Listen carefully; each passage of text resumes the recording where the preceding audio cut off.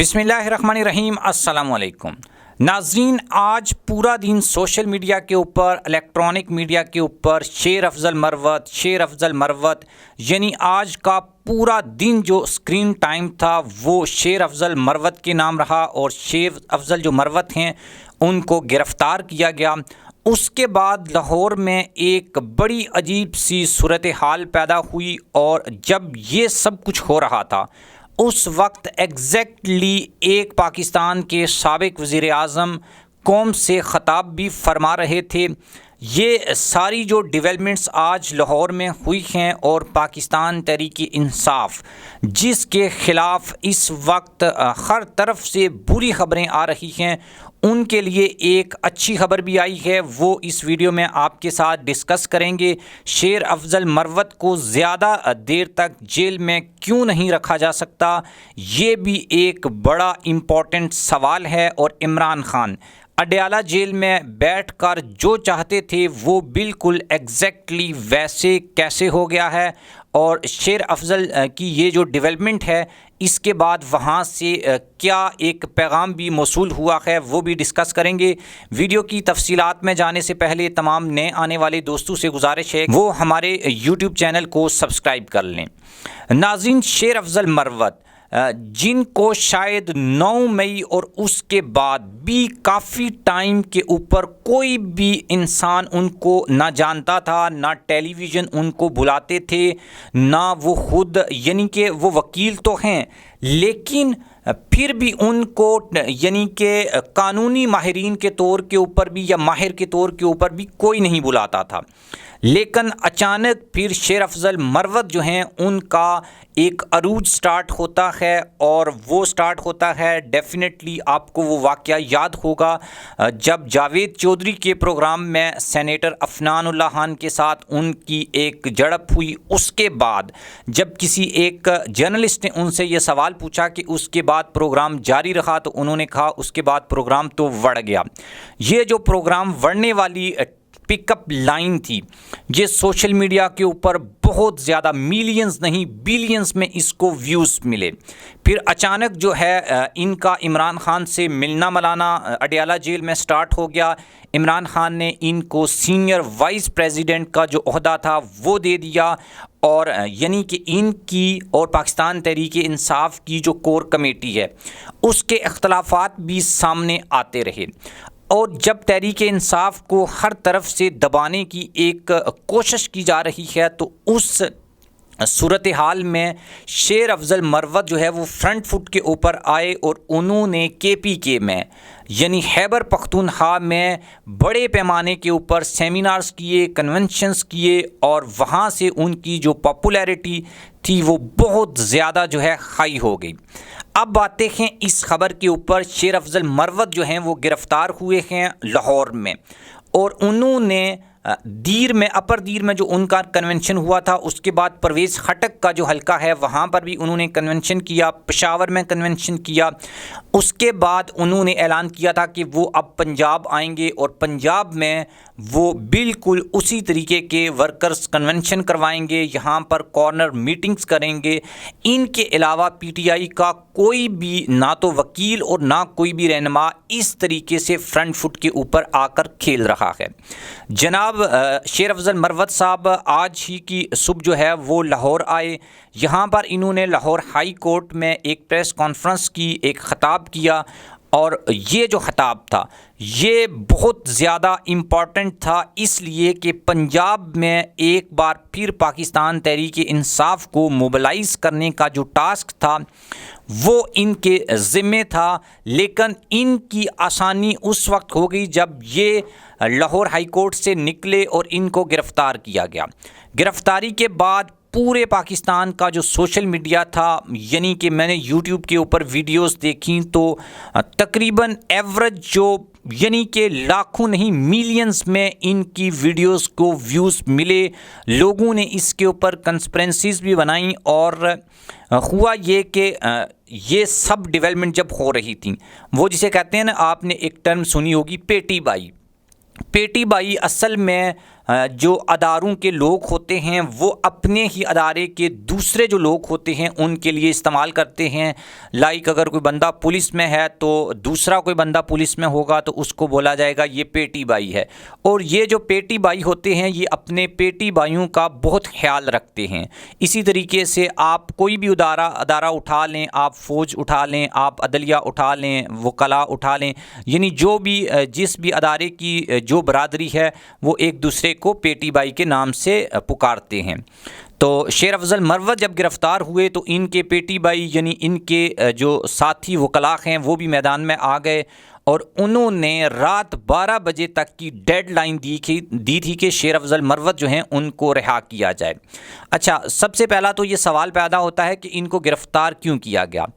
इनके तमाम जो मुकदमात हैं जो 9 मई और स्पेशली जब से ये सीनियर वाइस सदर बने हैं या प्रेसिडेंट बने हैं पीटीआई के, उसके बाद से हुए हैं। मे भी हो सकता है ये पॉसिबिलिटी कि शायद इनका ज़ाती या फैमिली वाइज कोई केस हो इनके ऊपर, उसका तो इल्म नहीं है मुझे, लेकिन मुझे इतना ज़रूर इल्म है कि पे दर पे मुकदमात इनके ऊपर बनना उस वक्त स्टार्ट हुए जब ये पीटीआई के वाइस प्रेसिडेंट बने। तो उन तमाम जो मुकदमात हैं उनमें इनकी ज़मानतें थीं। तो आपको पता है कि पाकिस्तान में एक अंग्रेज़ का बनाया हुआ काला कानून है जिसे 3 MPO कहते हैं। 3 MPO असल में अंग्रेज़ों ने उस वक्त ये कानून बनाया था जब वो पाकिस्तान और इंडिया यानी आज का जो इंडिया पाकिस्तान है इसके ऊपर हुक्मरानी करते थे। और जब किसी इंसान को, किसी शख्स को उन्होंने बिला वजह गिरफ़्तार करना होता था, यानी उनके पास कोई कानूनी जो है वो जवाज़ नहीं होता था, तो वो इस कानून को इस्तेमाल करते थे और किसी भी शख्स को उठाकर ले जाते थे जो उनकी हुक्मरानी में रुकावट बनता था। अनफॉर्चुनेटली पाकिस्तान बनने के बाद भी ये कानून उसी तरीके से यानी है और उसी तरीके से लोगों के ख़िलाफ़ भी इस्तेमाल होता है। जब कानून नाफज करने वाले अदारों को या स्टेट किसी के ख़िलाफ़ कोई एक्शन का फ़ैसला करती है तो उसके ख़िलाफ़ कोई कानूनी जवाज़ नहीं होता, तो ठीक है जी, नक्श आमा यानी कि ये जो शख्स है, ये जो इंसान है जिसको गिरफ़्तार किया जा रहा है, इसकी वजह से मुल्क के अमन को या उस सिटी के अमन को या उस जगह जहाँ पर वो गिरफ़्तार हुआ है वहाँ के अमन को इस शख्स से ख़तरा है। और शेर अफजल मरवत जो हैं उनकी मौजूदगी से या उनके मौजूद होने से क्या नक्शे अमन या यानी कि लाहौर में ऐसा क्या हो जाता अगर उनको गिरफ़्तार नहीं किया जाता। और ये जो गिरफ़्तारी होती है इसमें ज़्यादा देर तक किसी भी शख्स को जेल में नहीं रखा जा सकता, उसको गिरफ़्तार नहीं रखा जा सकता। जब ये केस अदालत में जाएगा और अदालत इसको उड़ाकर रख देगी। 9 मई के जो वाक़यात हुए थे उसके बाद से हमने देखा था कि पाकिस्तान तहरीक इंसाफ के ऐसे बहुत सारे लीडर्स हैं जिसमें मोहम्मद अली ख़ान नंबर 1 के ऊपर आते हैं, शाह महमूद कुरैशी, उसके अलावा बहुत सारे लीडर्स हैं जिनको 3 MPO के तहत गिरफ़्तार किया जाता।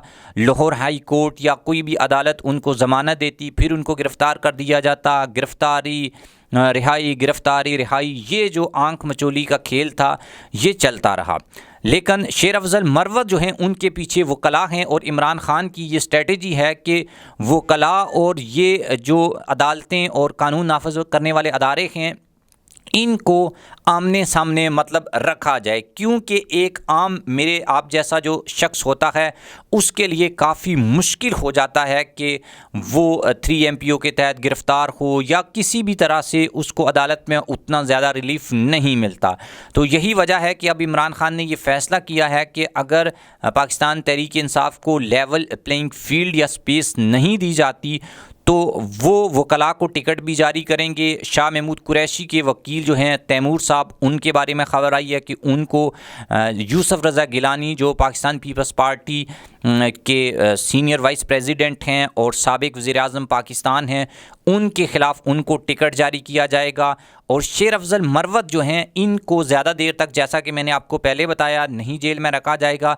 लेकिन इनकी गिरफ़्तारी के बाद पंजाब में जो पाकिस्तान तहरीक इंसाफ की मोबिलाइजेशन थी वो बहुत ज़्यादा एक्टिव हो गई है। और जिस तरीके से हम देख रहे हैं कि पाकिस्तान तहरीक इंसाफ को मीडिया से दूर रखा जा रहा है, लेकिन वहीं पर ये अदारे जो ये इस सब अमल का हिस्सा हैं वो कुछ ना कुछ ऐसा ज़रूर कर देते हैं, या पाकिस्तान तहरीक इंसाफ की जानिब से लोग उनको इस बात पे उकसाते हैं कि सारी जो मोबिलाइजेशन होती है, सारा जो स्क्रीन टाइम होता है सोशल मीडिया के ऊपर, जो लोग वीडियोस बनाकर डालते हैं, वो सब जो हैं पाकिस्तान तहरीक इंसाफ उन यानी कि मेन जो है वो स्क्रीन के ऊपर वही होती है। और ये जो स्क्रीन टाइम है ये लेने के लिए आपको बाज़ औक़ात टीवी चैनल्स को, लोगों को बहुत भारी रकम भी अदा करना पड़ती है, क्योंकि आप उनका वक्त ले रहे होते हैं। लेकिन आप ये देखें कि किस तरह से आज शेर अफजल मरवत जो हैं वो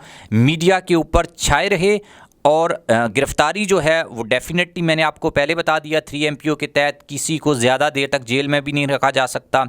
और वकला जो हैं उनमें भी गम और गुस्सा पाया जाता है। उनकी एक पहले ही टिल्ट पाकिस्तान तहरीक इंसाफ की तरफ है, लेकिन अब जब शेर अफजल मरवत गिरफ़्तार हुए और लाहौर में गिरफ़्तार हुए तो लाहौर के जो वकला हैं उन्होंने, जिसमें लतीफ़ खान खोसा, एतज़ाज़ एहसन और दूसरे बड़े नाम भी हैं, जिन्होंने इवन ये कि वकला तहरीक चलाने का भी ऐलान कर दिया है।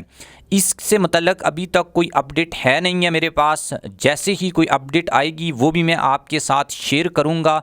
और जैसा कि मैंने आपको वीडियो के स्टार्ट में बताया था कि एग्जैक्टली शेर अफजल मरवत जब गिरफ़्तार हुए हैं, मंसूर अली ख़ान ने नून लीग की सोशल मीडिया टीम के बारे में एक बड़ी ज़बरदस्त बात की थी कि इनसे नकम्मी कोई टीम हो ही नहीं सकती। उन्होंने तो खैर मीडिया का बोला था, मैं कहता हूँ कि इससे नकम्मी कोई भी टीम नहीं हो सकती, चाहे वो मीडिया की हो, क्रिकेट की हो, किसी भी तरह की टीम हो। उसकी वजह यह है कि आज शेर अफजल मरवत को गिरफ़्तार किया गया और उनको पता था, या शायद उनको अंदाज़ा नहीं था, कि पूरा दिन शेर अफजल मरवत ही मीडिया के ऊपर चलता रहा। तमाम टीवी चैनल्स ने नवाज़ शरीफ का खिताब दिखाया, लेकिन इसके बावजूद व्यूवरशिप ना होने के बराबर थी। यानी कि अगर आप मुकाबला करें शेर अफजल मरवत का नवाज़ शरीफ के साथ, तो आज जो है वो शेर अफजल मरवत जो हैं ये मुकाबला जीत गए हैं, जबकि नवाज़ शरीफ ये मुकाबला हार गए हैं। उनको वो व्यूवरशिप नहीं मिली जो शेर अफजल मरवत को मिली है। शेर अफजल मरवत जो हैं उनके बारे में या उनसे मुतल्लक शायद ये वीडियो अपलोड होने से पहले या उसके बाद आपको ये ख़बर मिले कि शेर अफजल मरवत जो हैं उनको रिहा कर दिया गया है। लेकिन गुड कॉक बैड कॉक उनके साथ खेला जाएगा या नहीं खेला जाएगा, अगर खेला जाएगा तो उसका फ़ायदा कैसे अगेन तहरीक इंसाफ को होगा, ये भी बहुत ज़्यादा इम्पोर्टेंट है। इसके ऊपर बात करेंगे नेक्स्ट वीडियो में। अब तब तक के लिए इजाज़त दीजिए। अल्लाह हाफिज़।